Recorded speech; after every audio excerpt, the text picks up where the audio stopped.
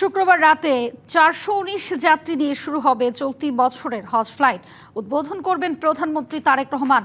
হজ যাত্রীদের বিদায় জানাতে রাজধানীর আশকোনা হজ অফিসে এখন শেষ মুহূর্তের ব্যস্ততা।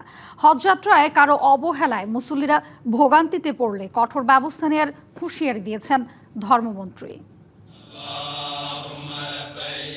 হজরত শাহজালাল আন্তর্জাতিক বিমানবন্দরের পাশে আশকোনা হজ অফিসে প্রয়োজনীয় কাগজপত্র বুঝে নিতে ব্যস্ত আল্লাহর ঘরের মেহমানরা। এখানে ইমিগ্রেশন আর বোর্ডিং পাস সহ যাবতীয় কাজ শেষ করে সরাসরি বিমানবন্দরে যাবেন হজযাত্রীরা। শুক্রবার দিবাগত হজরত শাহজালাল আন্তর্জাতিক বিমানবন্দর থেকে সৌদি আরবের উদ্দেশ্যে রওনা দেবে প্রথম হজ ফ্লাইট। উদ্বোধন করবেন প্রধানমন্ত্রী তারেক রহমান। দীর্ঘ অপেক্ষার পর আল্লাহর ঘর দর্শন ও তাওয়াফের স্বপ্ন পূরণ হতে যাচ্ছে হজযাত্রীদের। তাই সবার চোখে মুখে প্রশান্তির ছাপ। হজের যাবতীয় কার্যক্রম সঠিকভাবে পালন করতে চান সবার দোয়া। টাকা পয়সা জমা দিয়ে যেতে পারে নাই, অনেক প্রতারণায় পড়েছে। আলহামদুলিল্লাহ আমাদের এবার আলহামদুলিল্লাহ অনেক ভালো আমি দেখতেছি। তাই হয়তো খুব কষ্ট হতে পারে, কিন্তু যাতে নাকি আমি সম্পূর্ণভাবে করতে পারি, সবগুলো পুরোপুরি করতে পারি, সেই ক্ষমতা যেন আল্লাহ আমাকে দান করেন।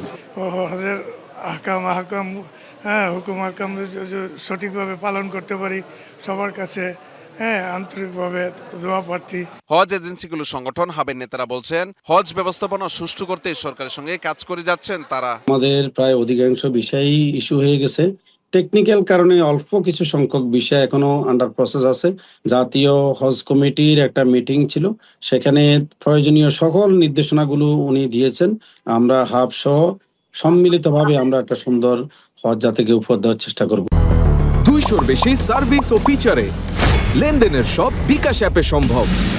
হজযাত্রীদের নিরাপত্তা ও সেবায় সর্বোচ্চ গুরুত্ব দিচ্ছে সরকার। কারোর গাফিলতি ও অনিয়মের প্রমাণ পেলে কঠোর ব্যবস্থা নেওয়ার কথা জানালেন ধর্মমন্ত্রী। কাউকেই ক্ষমা করা হবে না হজ নিয়ে যারা 2 নম্বরই করবে। হাজিদের কোনো সুবিধা অসুবিধা দেখার দায়িত্ব আমাদের। মাননীয় প্রধানমন্ত্রী তারেক রহমান সাহেব এই ব্যাপারে সুস্পষ্ট নির্দেশনা আমাদেরকে দিয়েছেন। এগুলি উনি সহ্য করবেন না, আমরাও সহ্য করব না।